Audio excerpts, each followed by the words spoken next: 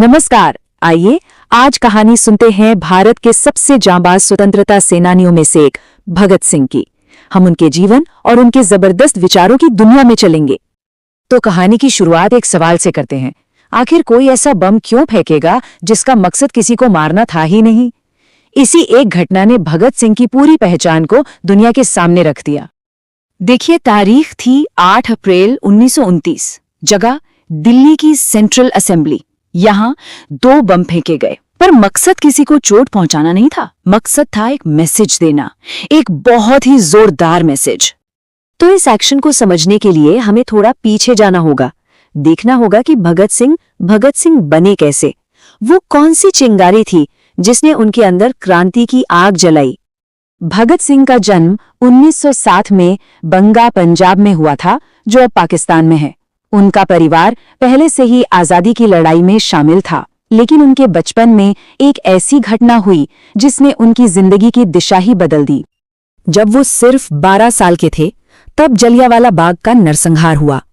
उस खौफनाक मंजर ने उनके अंदर देशभक्ति की वो आग जलाई जो फिर कभी नहीं बुझी। और जल्द ही इस जज्बे को एक मंजिल भी मिल गई, एक संगठन और एक पक्का इरादा। 1924 में भगत सिंह ने हिंदुस्तान रिपब्लिकन एसोसिएशन यानी HRA ज्वाइन कर लिया। ये एक ऐसा संगठन था जिसका एक ही मकसद था, हथियारबंद संघर्ष से अंग्रेजों को भारत से बाहर निकालना। लेकिन भगत सिंह के विचार बदल रहे थे। उनके लिए आजादी का मतलब सिर्फ अंग्रेजों से छुटकारा पाना नहीं था। वो एक ऐसा भारत चाहते थे जहां कोई किसी का शोषण न करे, जहां सामाजिक और आर्थिक बराबरी हो। और यहीं पर कहानी में एक बहुत बड़ा मोड़ आता है। 1928 में HRA बन गया HSRA। सिर्फ एक शब्द जोड़ा गया, सोशलिस्ट। लेकिन ये सिर्फ एक शब्द नहीं था, ये पूरी सोच का बदलाव था। राजनीतिक आजादी से समाजवादी गणराज्य का लक्ष्य। और ये नया संगठन सिर्फ बातों तक सीमित नहीं रहा। एक दुखद घटना ने उन्हें एक्शन लेने पर मजबूर कर दिया। 1928 में लाला लाजपत राय की मौत का बदला लेने के लिए भगत सिंह और उनके साथी पुलिस अफसर JGP सॉन्डर्स की हत्या में शामिल थे। ये एक सीधी टक्कर थी, ब्रिटिश हुकूमत को एक सीधी चुनौती। और इसी टकराव की अगली कड़ी थी वो असेंबली बॉम्ब कांड, जिसका जिक्र हमने शुरू में किया था। उनका मकसद था बहरों को सुनाना, मतलब उस ब्रिटिश सरकार तक अपनी आवाज पहुंचाना जो आम लोगों की सुन ही नहीं रही थी। तो ये बॉम्ब हथियार कम, एक लाउड स्पीकर ज्यादा थे।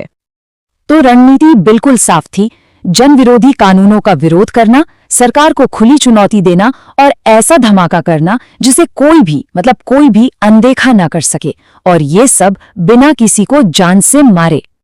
इस धमाके के बाद जैसा कि उन्होंने सोचा था, उनकी गिरफ्तारी हुई, लेकिन क्रांति रुकी नहीं, बस उसका मैदान बदल गया।